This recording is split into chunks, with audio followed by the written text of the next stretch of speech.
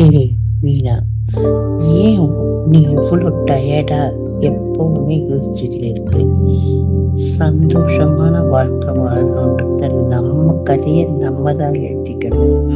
அடுத்தவங்க கையில் கொடுத்தா என்னைக்குமே நமக்கு அது சேடு ஸ்டோரியாக தான் இருக்கும். அதே நம்ம கையில் நம்ம ஸ்டோரி இருந்ததுன்னா யாராலையும் நம்மளை கண்ட்ரோல் பண்ண முடியாது. நம்ம வாழ்க்கையில் என்னைக்குமே 2 பேர் தான் நம்ம லைஃப்பில் சந்தோஷமாக இருக்கணும்னு நினச்சது. ஒன்று நம்ம அப்பா, இன்னொன்று நம்ம பையன். நம்ம பையன்தான் நமக்கு எல்லாத்துக்கும் வழிகாட்டணும்.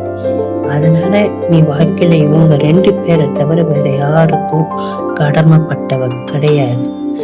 உன் வாழ்க்கையை நீ சந்தோஷமா வாழு. நீ எதுக்காக எந்நேரமும் எதையாவது யோசிச்சு விட்டு கஷ்டப்பட்டுக்கின்னு இருக்க? ஹாப்பிய நீ என்னைக்கும் கையில எடுத்தினா நீ சந்தோஷமாவே வாழுவ, சந்தோஷமாவே இறப்ப. ஸோ நீ தான் டிசைட் பண்ணணும். ஹாப்பினஸ் உன் கையில தான் இருக்கு. யார்கிட்டையும் பிச்சை எடுக்காத. அன்பும் பாசமும் காதலும் பிச்சை எடுத்து கிடைச்சா அதை விட கேவலம் உலகத்துல எதுவுமே கிடையாது. தெரிஞ்சுக்க. பெண்ணுக்கு ரொம்ப ரொம்ப தேவையான விஷயம் செல்ஃப் ரெஸ்பெக்ட் தான். அதை விட்டு நம்ம அடுத்தவங்களோட உறவாட வேண்டிய அவசியம் இல்லை. இதை எல்லா பெண்களும் உணரணும். Thank you friends.